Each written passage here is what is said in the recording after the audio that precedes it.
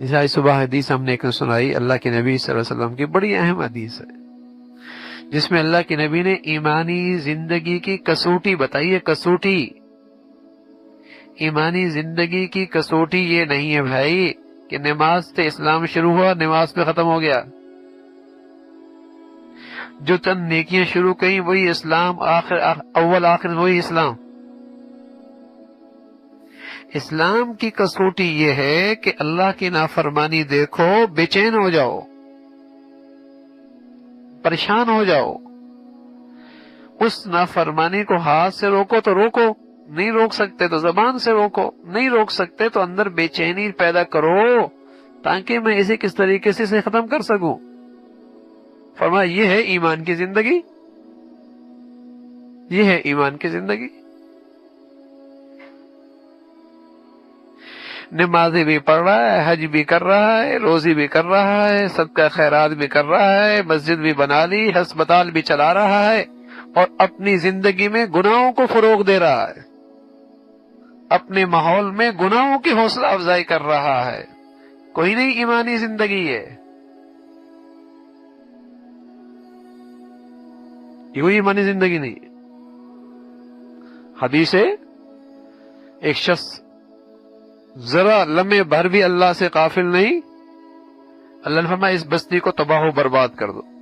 اللہ وہاں اتنا بڑا بزرگ ہے، فرمایا ہاں تمہاری نظر میں بزرگ ہوگا، آپ سے ایک لمحے بھی دور نہیں ہوا، ہر وقت آپ کی یاد میں مصروف رہتا ہے۔ کہا نہیں، اس کے سامنے میری نافرمانی ہوتی ہے، اس کے پیشانی میں بل ہی نہیں آتا، چاہے سب کو برباد کر کے آ جاؤ۔ ایمان کی کسوٹی یہ ہے اللہ کی نافرمانی نہ دیکھی جا سکے، اللہ کی نافرمانی نہ دیکھی جا سکے۔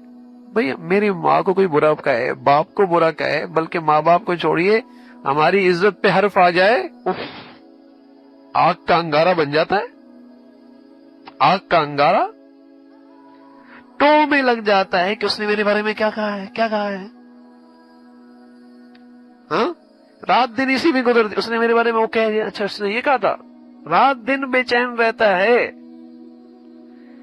ارے تیری ذات کیا ہے، تیری شخصیت کیا ہے، گندگی کے نطفے سے تو ہم پیدا ہوئے ہیں، لیکن اپنی عزت کا اتنا لحاظ اور اللہ کا اتنی بھی عزت کا لحاظ نہیں کہ اس کی نافرمانی ہو رہی ہے اور پیشانی میں بل نہیں آ رہا۔ کیسا ایمان، کیسا ایمان۔ تو ایمان کی زندگی تو یہ ہے بھائی کہ اپنی ذات سے گناہ نہ کرو، گناہ دیکھ رہے ہو اپنے آپ کو وہاں سے بچاؤ، اختیار میں ہے ہاتھ سے روکو، زبان سے روکو، ورنہ بے چینی پیدا کرو اس مصیبت سے میں اسے کیسے بچاؤں۔ یہ مطلب نہیں کہ گناہگار کو ذلیل کر دو، رسوا کر دو، برا بھلا کر دو، نہ خیر خائی لے کے جاؤ، وہ گندگی میں پڑا ہے، وہ بڑا نقصان میں جا رہا ہے، بڑا گھاٹا ہو رہا ہے اس کا۔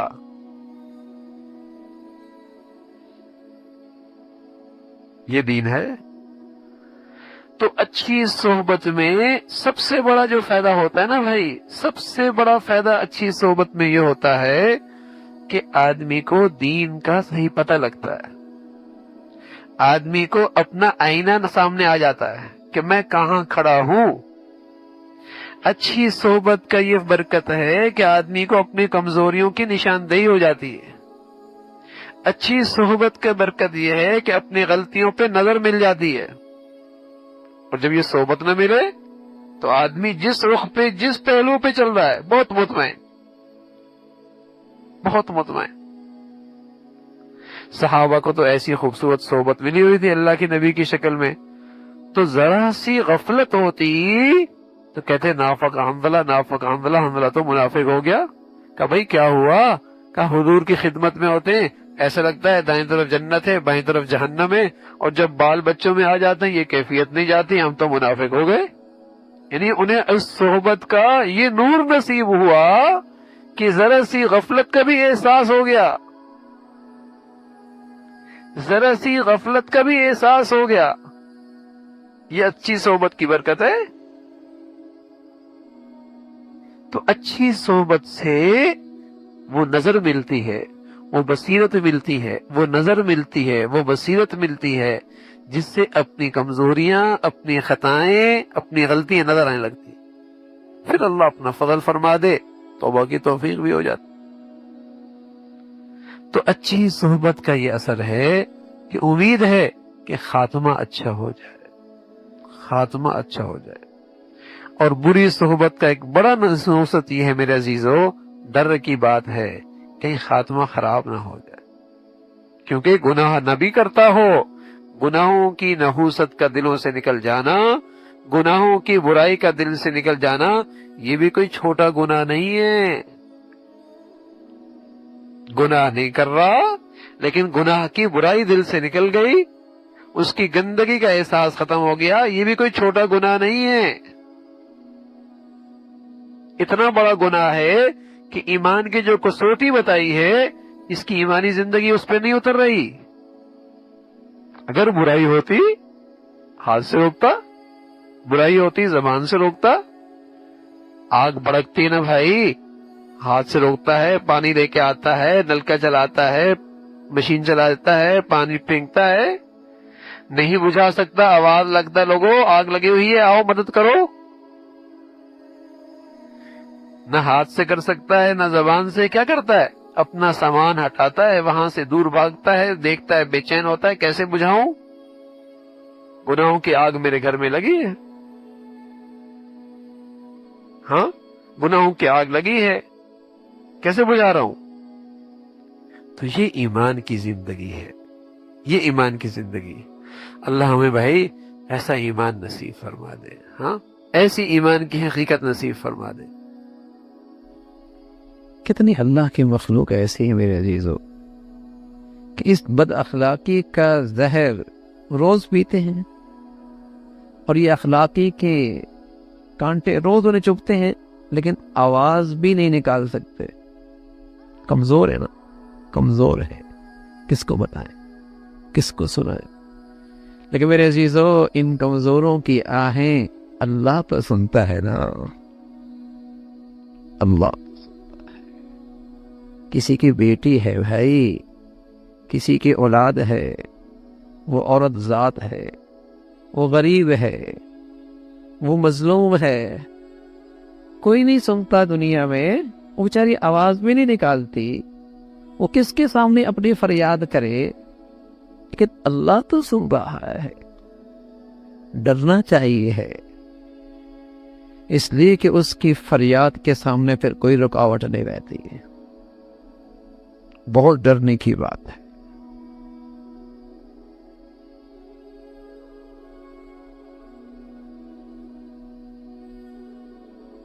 یہاں تو کوئی نہیں سنتا، لیکن اللہ تو دیکھ رہا ہے، وہ فریاد تو سنتا، تو تماشا بنا دے گا اللہ کریم۔ ڈرنا چاہیے، جتنے بھی ایسا معاملہ ہو فوراً معاملہ صاف کرا دو۔ ظلم ایک ایسی چیز ہے میرے عزیزو کہ اس کا معاملہ ادھار نہیں رہتا، اس کا معاملہ ادھار نہیں رہتا، نقد ہوتا، اس کی سزا نقد ہوتی ہے، یہ آخرت پہ ادھار نہیں ہوتا۔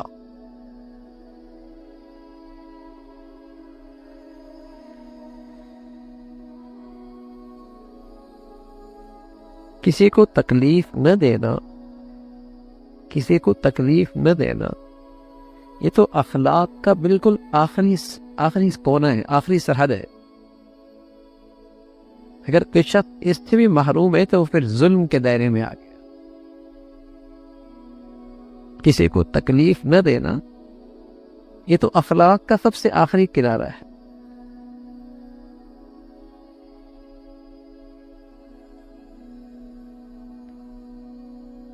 لیکن چونکہ اس کا بھی اجر بہت ہے، ایک شخص رسول اللہ صلی اللہ علیہ وسلم کی خدمت میں آیا، کہنے لگا یا رسول اللہ سب سے افضل اسلام کس کا ہے، سب سے بڑھیا اسلام کس کا ہے؟ آپ علیہ الصلوۃ والسلام نے فرمایا جس کی زبان اور ہاتھ سے دوسرا انسان محفوظ ہو جائے، سب سے افضل اسلام۔ یعنی اگر اخلاق کا یہ آخری درجہ بھی اس نے حاصل کر لیا تو اس کا اسلام بہت بڑھیا.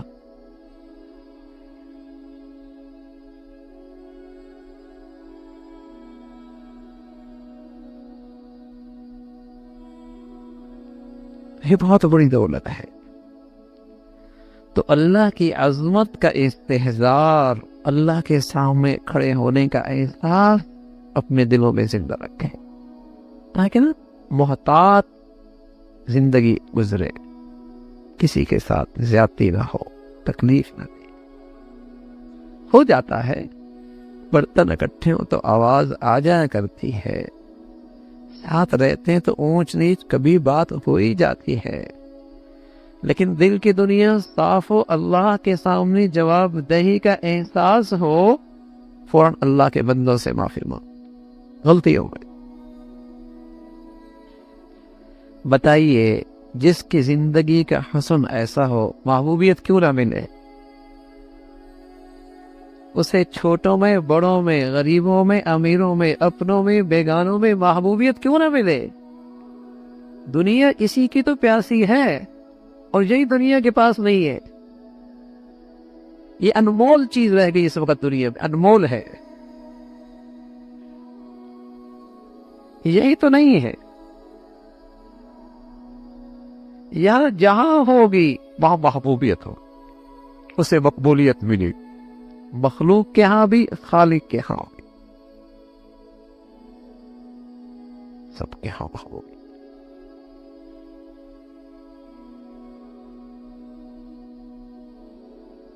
تو سب سے بڑی دولت ہے جو کسی انسان کو نصیب ہو جائے، اچھے اخلاق. اخلاق ہو بڑی، اخلاق ہو بڑی. اللہ رب العزت نے اس انسان کو دو چیزوں سے ملا کر بنایا ہے، ایک جسم ہے، ایک روح ہے. ایک یہ ظاہر کا انسان ہے، ایک یہ باطن کا انسان ہے. لیکن وہ اندر کا انسان حقیقی انسان ہے. یہ جسم اس کی ایک ضرورت ہے. یہ جسم اس اندر کے انسان کو دنیا میں کے بعد برزخ تک لے جائے گا، پھر وہ اندر کا انسان اللہ کی طرف چلا جائے گا، یہ لاشا رہ جائے گا. جب وہ اندر کا انسان نکلتا ہے تو لوگ کہتے ہیں فلاں چلا گیا، لاش تو پڑی ہے، فلاں چلا گیا، حالانکہ وہ لاش وہاں پڑی ہوتی ہے. اصل وہ اندر کا انسان ہے، وہ اندر کا انسان ہے. وہ چلا گیا تو کہا جاتا ہے انسان چلا گیا. یہ ظاہری جسم اس کی خدمت کے لیے ہے. جیسے سونے کی ایک قیمتی ہیرا ڈبیے میں رکھا جاتا ہے تو ڈبیا اس کی حفاظت کے لیے ہے. اصل وہ اندر کا ہیرا ہے، قیمت اس کی ہے، قیمت اس کی ہے، وہ ڈبیا اس کی حفاظت کے لیے ہے. لیکن اگر کوئی نادان اس ہیرے کی فکر نہ کرے اور اس ڈبیا ہی کو سنبھالتا پھرے تو کیا کہیں گے؟ بھیا عقل کوئی نہیں ہے، اس کی عقل کوئی نہیں ہے. تو میرے عزیزو، اسی طرح یہ انسان تو باہر کا ایک پنجرا ہے، ڈھانچہ ہے، اندر کے انسان کی حفاظت کے لیے ہے. آج ساری دنیا اس ظاہری جسم کو سنوارنے پہ، حفاظت پہ لگی ہے، اور اندر کے انسان کی کسی کو فکر ہی کوئی نہیں. اور کہتے کیا ہے؟ بڑا ہوشیار ہے، بڑا سمجھدار ہے، بڑا ہی عقل مند ہے. اندر کا انسان اصل ہے. وہ اگر سنورتا ہے تو اس کی زندگی سنورتی ہے، اس کا گھر سنورتا ہے، اس کی قبر سنورتی ہے، اس کی آخرت سنورتی ہے. اور اگر اندر کا انسان خراب ہے تو اس کا گھر خراب ہے، اس کی زندگی اجڑی ہوئی ہے، اس کی موت تکلیف دہ ہے، کل کی زندگی اس سے زیادہ تکلیف کا باعث. اب وہ اندر کا انسان حقیقی انسان ہے. اس کی صحت، اس کی غذا، اس کی دوا، اس کا علاج، اس کا طبیب، اس کا مطب، وہی ایک زندگی ہے۔ جب یہ جسم بیمار ہوتا ہے تو اسے غذا کی چاہت نہیں رہتی، غذا کی چاہت نہیں رہتی۔ اسے زبردستی بھی کھلایا جائے تب بھی اس کے لیے کھانا بڑا مشکل ہوتا ہے۔ بیمار ہے، غذا کی طرف رغبت ختم ہو گئی۔ ایسی بھی عزیزو، یہ فرائض، یہ واجبات، یہ سنن، یہ نوافل، یہ اندر کے انسان کے غذا ہے، لیکن جب اندر کا انسان بیمار ہو جائے تو ان چیزوں کی طرف رغبت نہیں رہتی، ان چیزوں کی طرف رغبت نہیں رہتی، دلچسپی ختم ہو جاتی ہے، شوق نہیں رہتا۔ صبح آنکھ کھلتی ہے، کھڑا نہیں ہو سکتا، آنکھ کھلتی ہے، کھڑا نہیں ہو سکتا۔ جانتا ہے یہ بڑی قیمتی غذا ہے، لیکن بیمار ہے، ہمت اور حوصلہ ہی نہیں کہ اس کے لیے کھڑا ہو سکے، قدم اٹھا سکے۔ اس کے دسترخوان پہ مزے کے کھانے پڑے ہیں، لیکن جسمانی طور پہ بیمار ہے، رغبت ہی نہیں ہو رہی۔ کہتے ہیں یہ آدھی روٹی کھا لو، چند لقمے ہی کھا لو، چند لقمے ہی کھا لو۔ اسی طرح جب یہ اندر کا انسان بیمار ہوتا ہے تو اس نیکیوں کی، اس غذا کی طرف رغبت ختم ہو جاتی ہے، رغبت نہیں رہتی۔ اور سبحان اللہ، سبحان اللہ، اگر اندر کا انسان صحت مند ہو تو پھر نیکیوں کی طرف ایسی رغبت ہوتی ہے، جب تک غذا نہ کھائے کسی چیز میں مزہ ہی نہیں آتا۔ امام یوسف رحمۃ اللہ علیہ قاضی اور قضات ہے، بت کے سب سے بڑے جج، ہمارے ججوں کی طرح نہیں، قاضی اور قضات سب سے بڑے جج تھے۔ روزانہ 200 رکعت نفل پڑھنے کا بلا ناغہ معمول تھا۔ تمام انتظامی معاملات، تمام انصاف کے تقاضے، تمام اجتماعی ذمہ داریاں اور گھریلو اور نجی زندگی کے تمام حاجات اور ضروریات پورا کرنے کے ساتھ ساتھ روزانہ 200 رکعت نوافل کا اہتمام تھا۔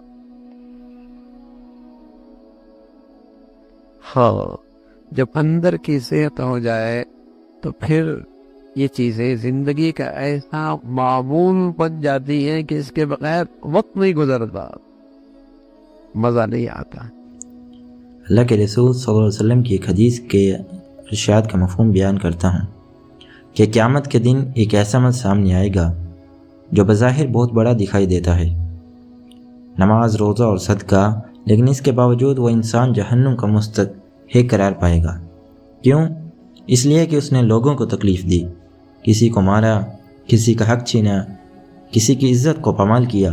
پھر اس کے نیک اعمال ان مظلوموں میں تقسیم کر دیے جائیں گے، اور جب نیکیاں ختم ہو جائیں گی تو ان کے گناہ اس پر ڈال دیے جائیں گے، اور یوں وہ جہنم میں پھینک دیا جائے گا۔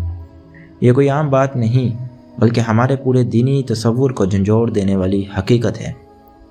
آج ہم دین کو صرف عبادات تک محدود سمجھ بیٹھے ہیں۔ ہم سمجھتے ہیں کہ اگر ہم نماز پڑھ رہے ہیں، روزے رکھ رہے ہیں، کوئی صدقہ دے رہے ہیں تو ہم کامیاب ہیں۔ لیکن یہ حدیث ہمیں بتاتی ہے کہ صرف عبادات کافی نہیں ہے، بلکہ حقوق العباد کی ادائیگی بھی اتنی ہی ضروری ہے، بلکہ بعض اوقات زیادہ خطرناک معاملہ بن جاتی ہے۔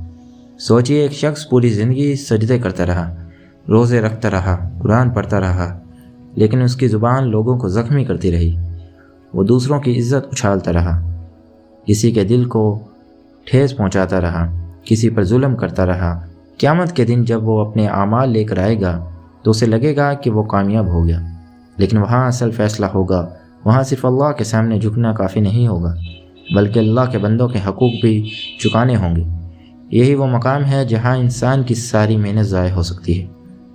یہ حدیث ہمیں یہ بھی سکھاتی ہے کہ اسلام صرف عبادات کا نام نہیں بلکہ ایک مکمل ضابطہ حیات ہے۔